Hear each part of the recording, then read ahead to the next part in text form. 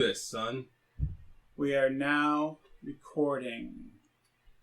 Cools. Okay, so Taven, we're gonna make a character. Hello there, kids. So, the first thing that we need to do is think of a theme for the character. What type of guy do you imagine playing? Okay, so yeah, theme. I was going to ask you about that. I didn't really kind of understand. I can help you and give you ideas. Yeah, that'd be great. I mean, because when you said theme, I thought like, what theme? But okay. So I mean, what do you got for me? A theme is really, before getting into the background of the character. Okay. A theme is. Before getting into the background details of the character and overall outline, you could think of it as what you do, what you believe in, what you are. Give us an example. I mean, does that differ from like what the character does within the game, like its profession? It will help define. It will help you select what profession he is. And okay. Fill out all those details. Give us an example of a theme that you've seen before. Yeah. So an example of a theme would be an elven freedom fighter who looking for who fights against injustice. That something sounds like very specific and.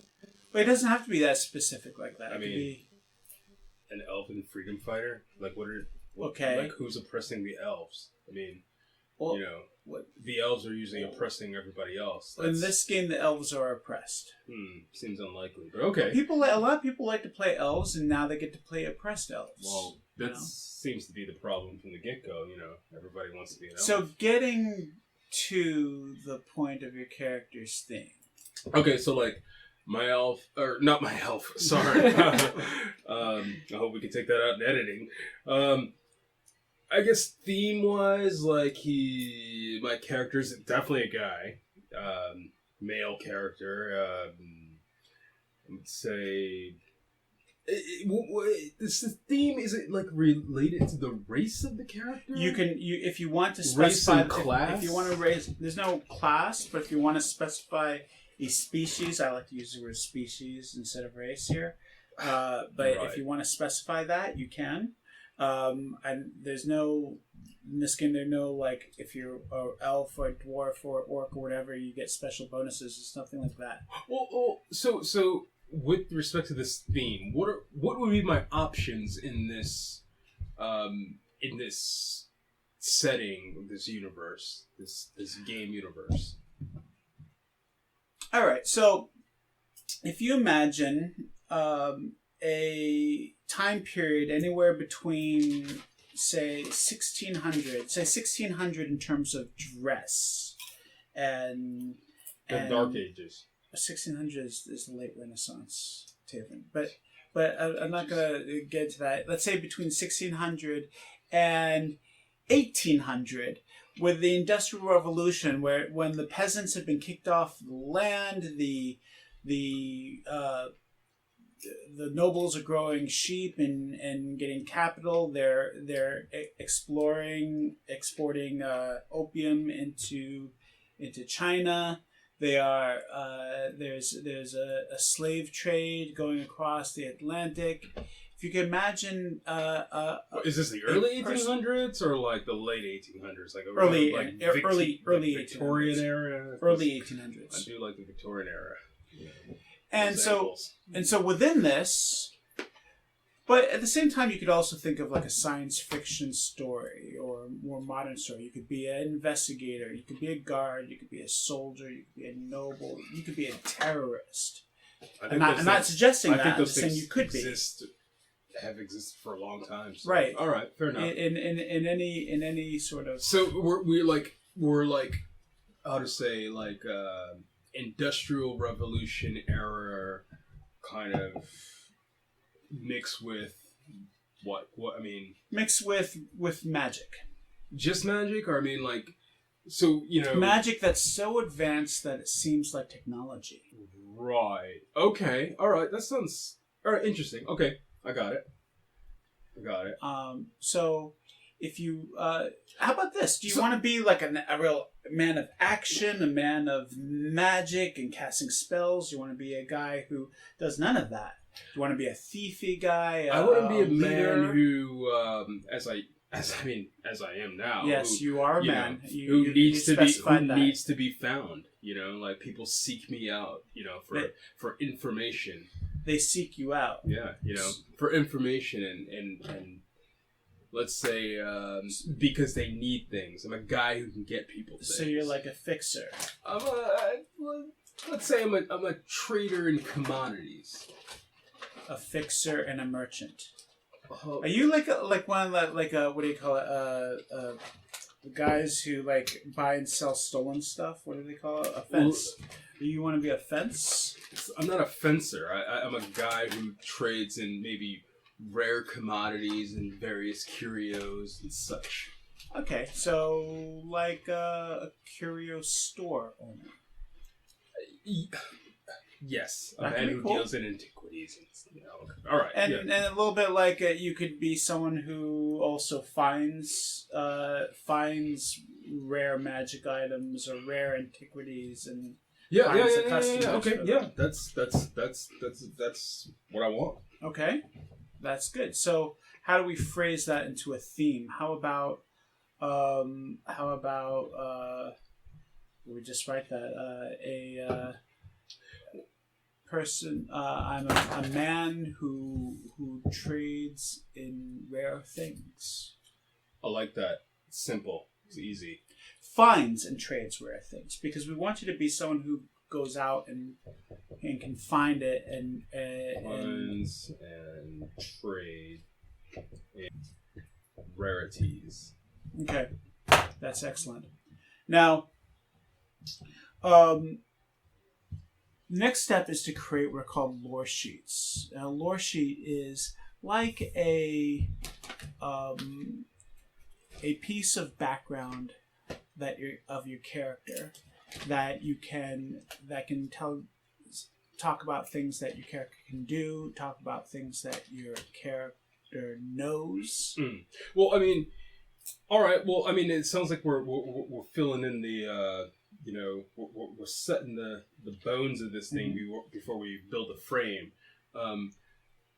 So like, all right, we've got a guy now. We don't know what his name is. He finds and trades in rarities, right? Okay. Does he have a profession? Is there something that's what I was about to get to. So in this game, a profession is also a lore sheet, and we have a special type of lore sheet called a profession lore sheet. Oh, which is like any other lore sheet, but it always stays with your character because it's something you learned and doesn't forget. Okay. So we have like certain professions that I have listed out, but that's all just advice. We can create does this world have circuses? Yes. I didn't write that in the settings, but there's no reason why you can't. I mean, because that was a big thing, people needed entertainment. But would a circus be part of your professional background, or would it be part of just? It could be both. Background? I'm just saying it could be both. I could I could be, Piddles, the clown. But he's got acrobatic skills, and I prefer that you don't play a clown. He's good at disguises. No one sees a clown coming, really. How about we create a profession lore sheet, which is and focus on the main things that you do, and then we'll create another lore sheet after that with some of your history and experience for your fetishes. Well, I've got a few professions in mind, and I don't know if I can run through them with you, or maybe should I just pick one? You could tell me. It's free form. You can you define it as you want. Ooh, free form jazz makes me want to eat glass. So I had a few things down, and I'm not sure where I can take this. Is this PG? Are we doing Disney here? Disney is G. I think this is PG-13. You know what? Until my kids get home, you could consider this R-rated. It's fine.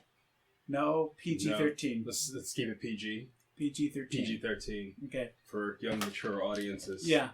All right. Well, definitely, I considered or like to consider being a civil servant. I mean, Civil servant. Yeah. I don't know if that's too racy. Well, it's possible. It's totally cool. Okay, so civil servant on my list. A civil servant isn't a guy who buys and sells. But that could be his cover story, you know. Like, Okay. I mean, maybe he could be, you know, technically James Bond is a civil servant, right? Oh, if I may interject, how about a civil servant that finds, locates, and contains rare and extremely dangerous, unusual magical artifacts? Like the guys from Indiana Jones who took the Ark. Yeah. Or for example, the SCP Foundation. I'm not sure if you're familiar with that. It's like this creative writing thing on the internet where it's like creepy copy pasta, basically. SCP. I don't know about. Do not you guys have the internet? SCP. We don't have the internet. I'm only allowed 1 hour a day, Okay. so you know. But yeah, but in this specific setting where you know the rational magic, but maybe there are objects and artifacts that are outside the bounds of rationality that need to be collected and contained. All right. Don't you have Manifest Defense Force in this Yes. setting? So we have. Hold on. I mean, because I got this list that. All right, let's or at see. least Let's some ideas. go through your ideas first. Yeah. You know. Circus worker, not necessarily clown, but I work in a circus. Okay. I just don't want you to pick clown, but go on. Look, clowns are underrated, man. Go on. Please. All right. Anyway, We all float down here.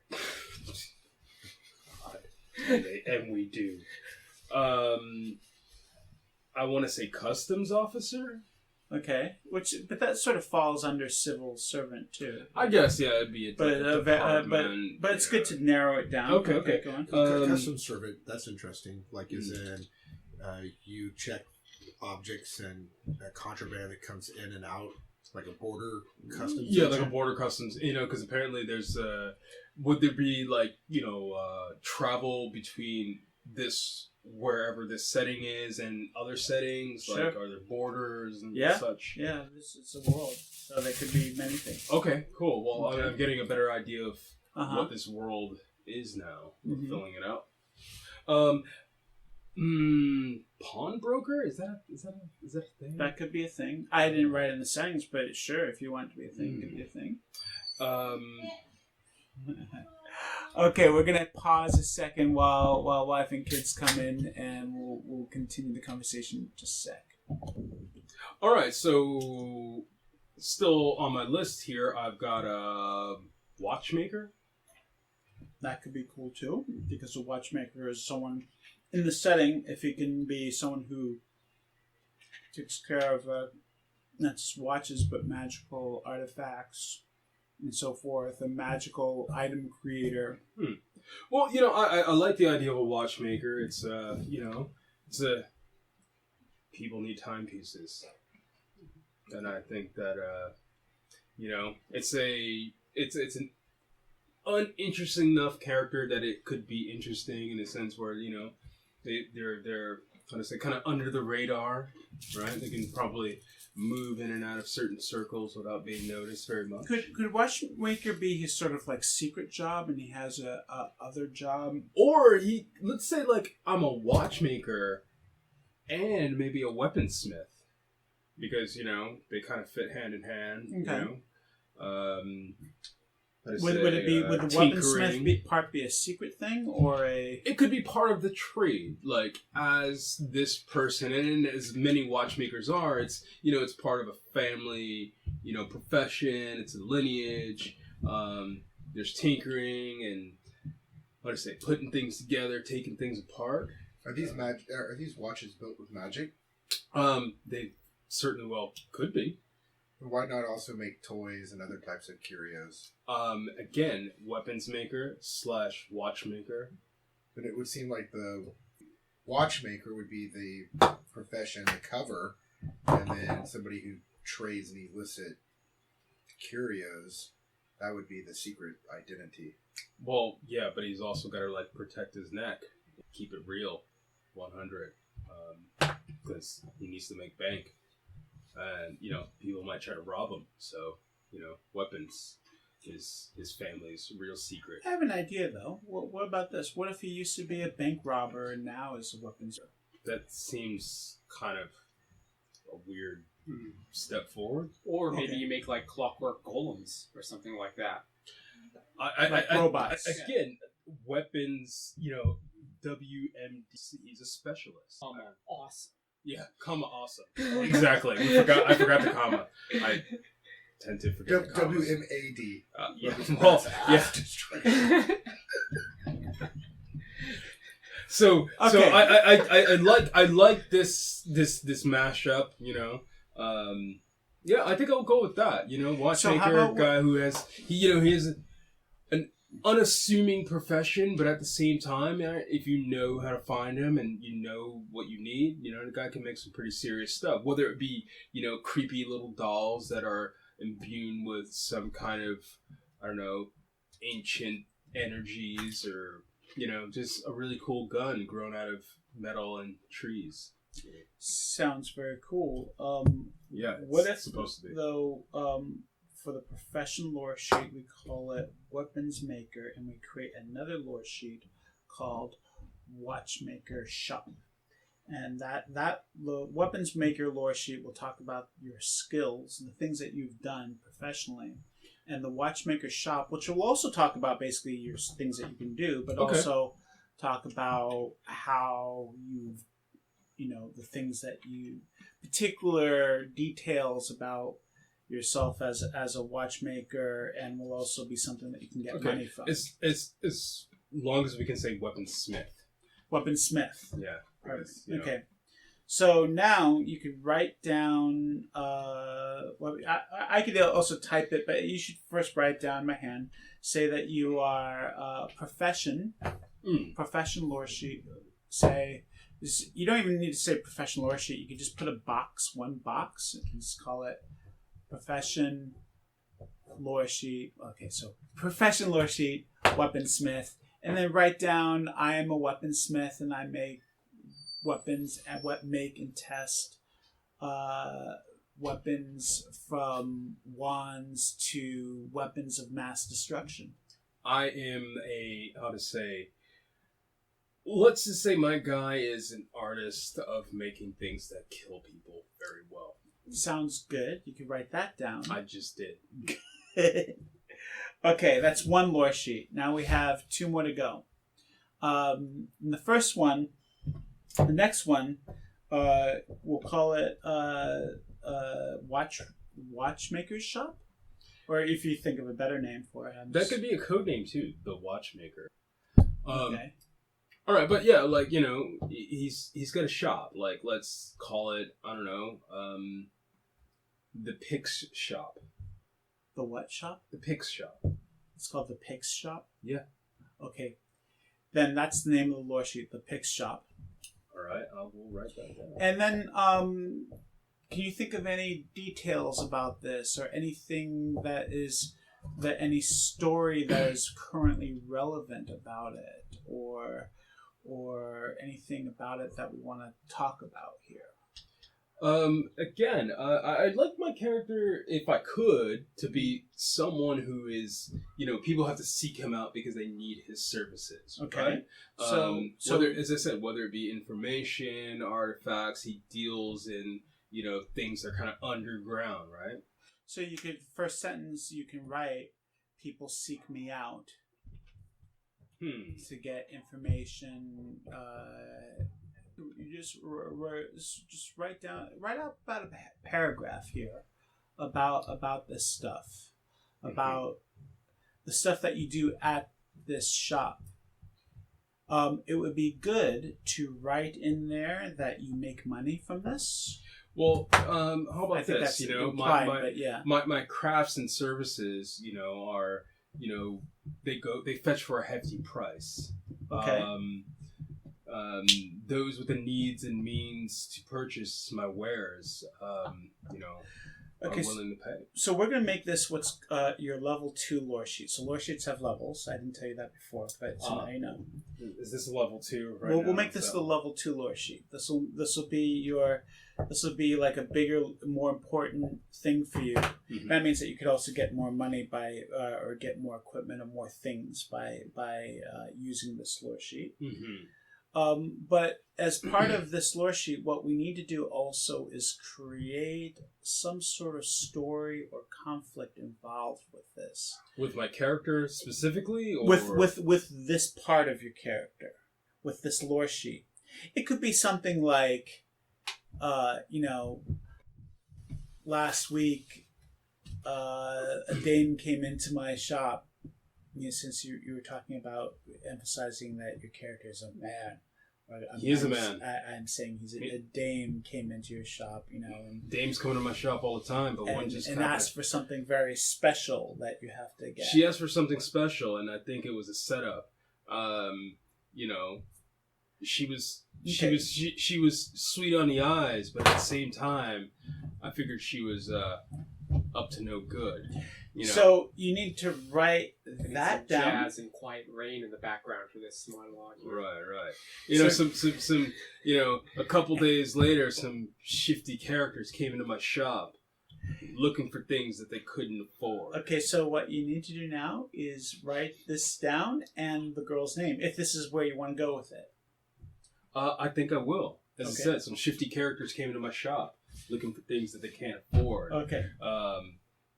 But they got more than. Okay. So, because we are recording this, what I'd like you to do is write this down a little bit later. We're gonna skip ahead to just some other parts. Okay. But before we're done with your character creation, we need to write all that down. Okay. Sure. Okay. There is a stenographer in the room, so I'm getting all this. Okay. So, next thing we need to do. The next thing we need to do is assign your talent. So on your character sheet, there are 4 talents: aggress, finesse, vision, and will.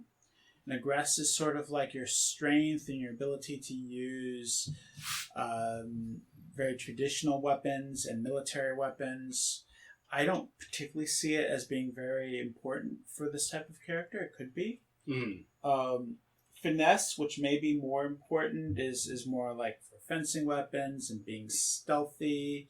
Well, any guy who's dealing with weapons probably needs to have some finesse. Well, okay, so there are weapons that are fencing weapons, there are weapons that are military weapons, and then there are like shooting weapons. And right. This guy may be just like a guy who just shoots people with shooting weapons. Shooting people is fun. And that would be envision. I mean, not really. I mean, only when people need to be that shot. That would be your envision, your ability to perceive, and your general wit. Okay, so in this... the character sheet says shooting comes under finesse. That was a mistake which you in the character sheet which you have. Thank you very much. So as I was saying, thank you, Damon. Okay, next. So as I was saying, but finesse may be good because you maybe need to be stealthy sometimes. Or he just needs to know how to use his weapons. And with super awesome skill and look cool while he's doing it. So you could do something like put 1 in aggress and 1 in will. Well, are you a persuasive guy? Are you a guy with a lot of willpower? He's got a lot of swag. I mean, no one really gets this guy off the course that he sets himself on. So, can I? What's the allotted? How to say? 0 is the minimum and 4 is the maximum. 0 is the minimum, and how many points? I have total 8 points to allocate towards these 4. Correct. Skill sets. Correct. All right. I'm gonna go with 1 for aggress then, and I'm gonna skip down to will, influencing. I guess, influencing in I'm gonna say will. Mhm. I'm gonna put a 2. Sounds good. Um. There's 5 left over. Okay. So you got this envision, which means and Vision is more for shooting things and also for perceiving things, and your wit, your ability to think fast, to go before others do. Whereas finesse is more of like fencing, acrobatics, stealth, things about agility and sneakiness. I see. So in this case, I think this guy is probably a 3. I mean, What? In vision, Okay. you know, he's a dapper gentleman, maybe a little bit urbane, but very observant. Okay. And this Observant is also really about you, about what you do. Yeah, sure. I mean, that's who he is. Okay. Or that's who I am. Yes, So I guess what I got left over, I'll throw into finesse because Correct. I like to do my stuff with style. Excellent. Now, in those boxes next to those, put that score plus 10. So if your aggress is 1, then next to it put 11, and that's the what other people need to roll when you're defending with that talent. I see. All right. Okay. Cool. All right. That's done. Good. Then the next step is your specials. Specials are special abilities, and this is the part which could get a little bit, take a little bit of time if you absolutely needed to go over every special ability in the book. Let's kind of roll with it. Let's see, can you give me an example? And well, I was thinking that maybe you could have some sort of magic ability. Well, I think this guy's more of a. golems. I think this guy knows. He knows about magic. He can utilize it, but he can't wield it You can program golems. Yeah, I think I mean, this guy can make use of the artifacts that he acquires. He keeps some for himself. So you don't want him to be able to shoot fireballs, but he's not. He can utilize the items at hand. Okay. And if there are magical items, then he can add that to, let's say, the things that he builds. Okay, so what I suggest, and this is a suggestion here, is that we give him a special, which is basically a rank 1 in a school of magic, and with that you get what's called a free cantrip, which is almost like like another special, and the cantrip which I suggest is called Arcane Logic. Pick magic locks, program golems, I'm sorry, traps. can you say that again? Arcane magic. Arcane logic. Arcane logic. And as far as your the school's life magic, cognitive studies, which is Magi, extra dimensional exploration, which is spirit magic, performing arts, which is illusion, theoretical high energy conversions, which is about blowing things up and burning them, and metamaterial development, which is about shaping things. I think that's where my character is going to go. All right. Metamaterial. School of Metamaterial Development. That's awesome. Now, all magic schools have the ability to use magic to attack and do things, but the magic, what you could do with these is very free form. So we'll get to that. Well, I would like my guy to be somewhat of a savant. Like they say, his hands are divine. His artistry and magic of which he can manipulate the materials at his disposal. Borders on. I don't know. What did I say? Genius. We'll look back on the tape to remember what you said there. Oh, was that too much? Was that too much for the mic? Yeah. So moving on. Where was it? Okay, operators. Moving on. We're almost done. Sounds amazing. The last things that we need are just a few What? His hand hurts. Oh, yeah. The last things that we have are a few things on the character sheet. You want to write down your hit points, which will be 9. It's your aggress plus 8. So, and you're using an older character sheet, so just write down 9 HP somewhere. Your intrinsic mana, which is your will plus your envision. What's your will plus envision? That would be 25. No, that's not. Or 5. Okay, so write down 5. Write down mana 5. And there's another part called block, which really has to do with your armor and your weapons. And we'll talk about your armor and weapons some other time. Let's get back to lore sheets real quick. Can we get an intermission? Absolutely, I will do intermission. Can I borrow somebody's Coming back to recording now. Okay. Going back to the lore sheets, you have you're gonna finish up your level 2 lore sheet, and you've created your profession lore sheet. You can create one more level 1 lore sheet, but yes.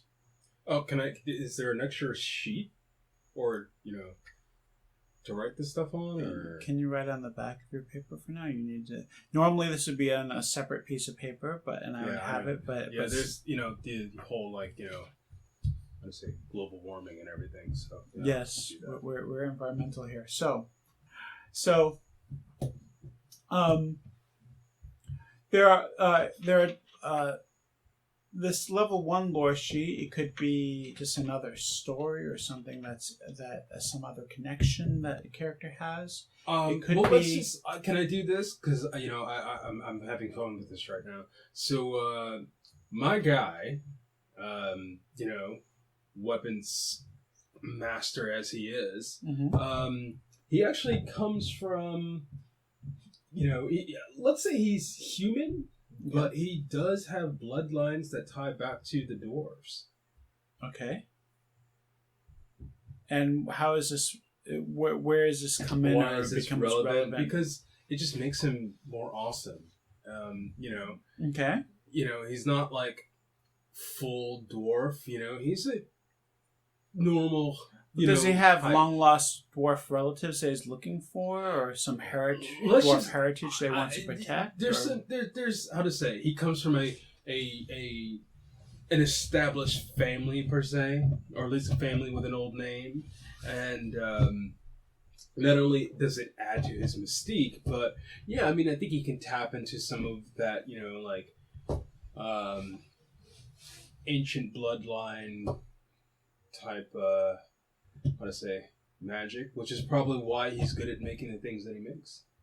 Well, he doesn't have special powers from this. This won't give a special power, but he's an artist. Okay, dwarven bloodline. Right. Write down. Oh, okay. Dwarven bloodline, and we're gonna develop that. Assuming this is something that you want. I can't force you to take any lore sheet. No. I'm doing this. I'm going with it. Okay. I'm I'm saying that also for the recording so that people know. I can't force you to take any lore sheet. You can't force me to do anything. I can veto your ideas, but I can't force you to take a lore sheet. So we have a 2/3 majority. Can we override your veto? I think we can. So moving forward. Okay, so that's a lore sheet, your dwarven bloodlines, and what we need to do with that in a bit is also develop out. Let's just say he's got ties to things that let's just say normal humans aren't into. So he's got his foot in a few different. Okay, but what we need to do is also create sort of like an action item within this, sort of like.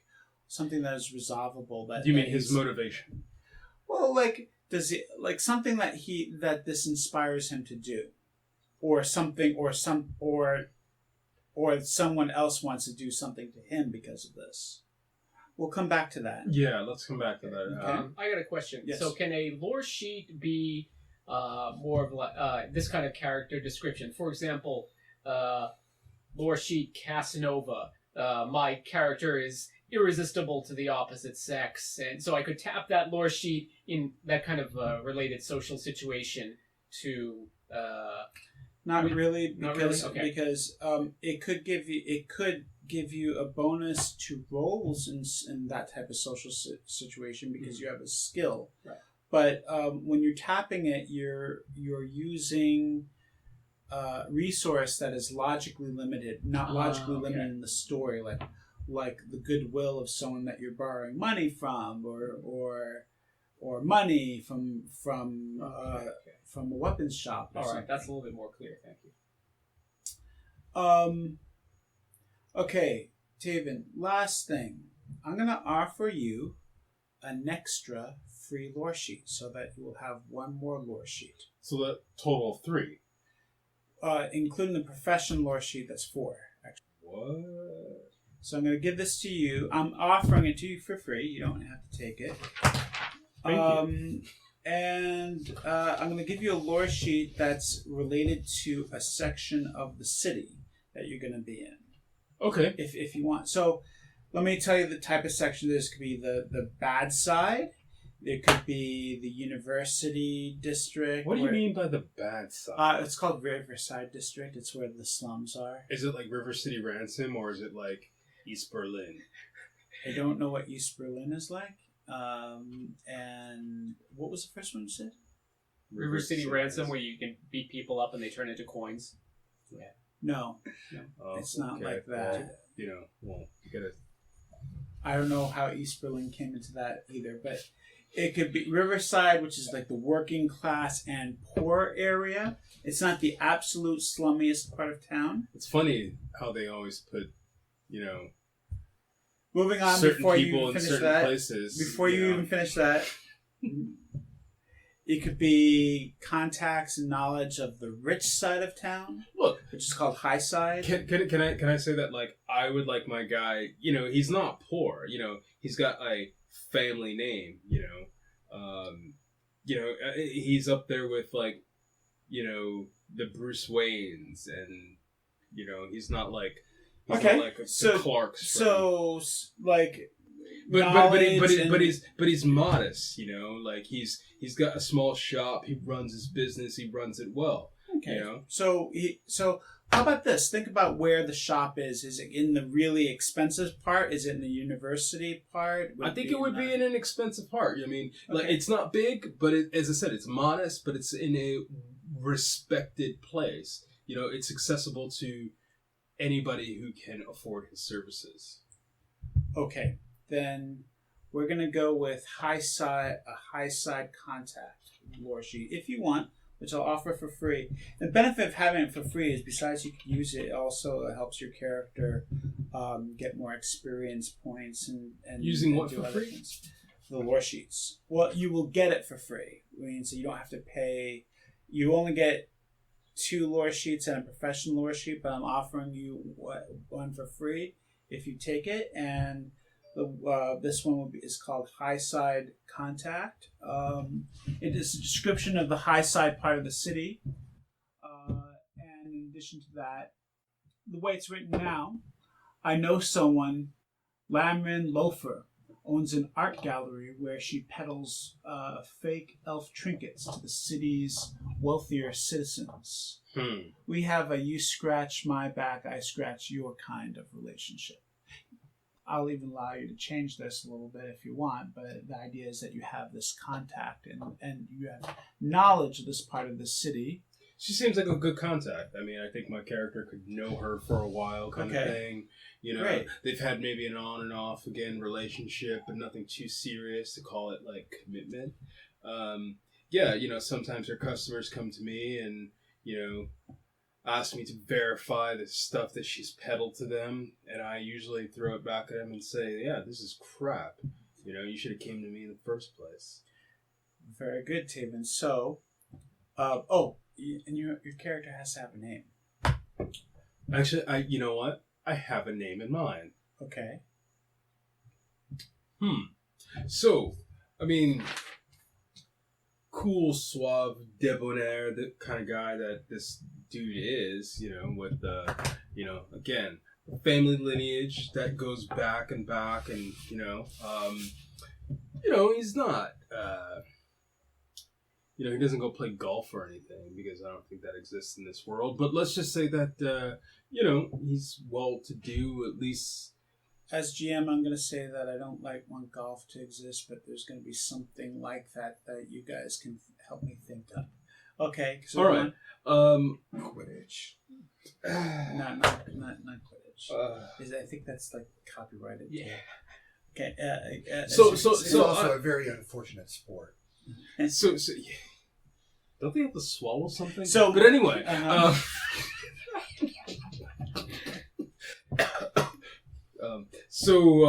You have to cut all that out, right?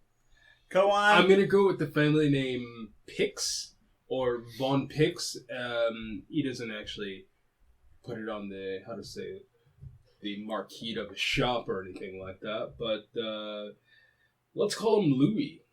Louis Sterling Pix. Okay, Louis Sterling Pix. Von Pix.